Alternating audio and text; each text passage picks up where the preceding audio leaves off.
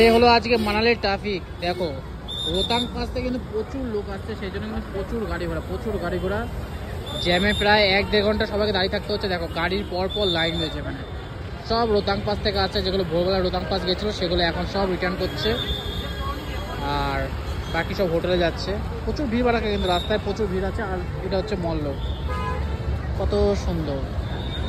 এখানে নানা রকম খাওয়া দাওয়ার দোকান রয়েছে, আর এই মল্লটির এই হচ্ছে ভিড়। যারা রোহতাং পাস যাবে ভাবছো, দেখো জ্যাম দেখে নাও। জ্যাম কিন্তু ঘন্টা পর ঘন্টা কিন্তু এখানে একই থেকে যাচ্ছে। প্রচুর গাড়ি ঘোড়া জ্যাম রয়েছে, প্রচুর লোক, প্রচুর জ্যাম। সেই জন্য রোহতাং পাস যেতে হলে কিন্তু ভোরবেলা বেরোতে হবে এই জ্যাম থেকে বাঁচতে হলে। কি সুন্দর ভিউ দেখো, ওপরে রয়েছে বরফ, নিচে রয়েছে ঝর্ণার জল। ও এই হচ্ছে ভিউ। গাড়ির জ্যাম। কি সুন্দর একটা জায়গায় পৌঁছে গেলাম মানালিতে এসে।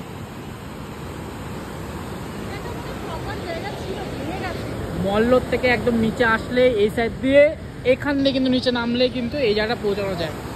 আর জলের স্রোত দেখো, কত স্রোত।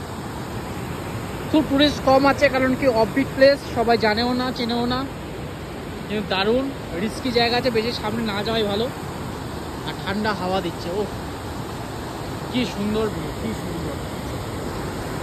সাথে পাহাড়ে সৌন্দর্য দেখতে দেখতে পাগল হয়ে যায় মানুষের, এত সৌন্দর্য আছে। দারুণ ঠান্ডা জলের অনুমতি নিতে চলে এসেছি মানালিতে। দেখো ওপরে রয়েছে পাহাড়, আর পাহাড়ের বরফ গলা জল কিন্তু গলে এখান দিয়ে আসছে। আর স্রোতটা দেখো কত স্পিডে জল আসছে কিন্তু এখান দিয়ে। আমি যদি তোমাদেরকে একবার দেখাই জলটা ছুঁয়ে, দেখো এত চিল, বিশাল চিল জল। হাত দিলে হাত প্রায় জমে যাচ্ছে, এরকম অবস্থা আছে। কিন্তু ভিউটা যা দেখো, ভিউ হচ্ছে সেই ভিউ।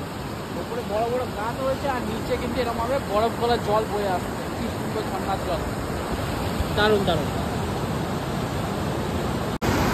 সত্যি মানালি মল রোডের কাছে এই জায়গাটা কিন্তু সত্যি অসাধারণ দেখতে, এত সুন্দর ঝর্ণার জল যাচ্ছে, কিন্তু মাছ একটাও দেখতে পাইনি।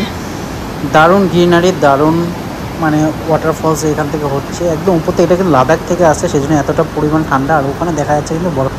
এত সুন্দর ভিউ দেখতে আসার জন্য কিন্তু মানালি এসেছি। আর মানালি কিন্তু বেস্ট টাইম হচ্ছে তোমার যদি ডিসেম্বর থেকে মার্চের মধ্যে আসো, তখন পিক সিজনও থাকে না, আর হোটেলে ভাড়াও কম থাকে, সমস্ত কিছু ট্রান্সপোর্টেশন খরচাও কম হয়। আর এইসব জায়গাগুলো কিন্তু প্রচণ্ড বরফ থাকে, এসব জায়গাগুলোতে প্রচুর বরফ থাকে।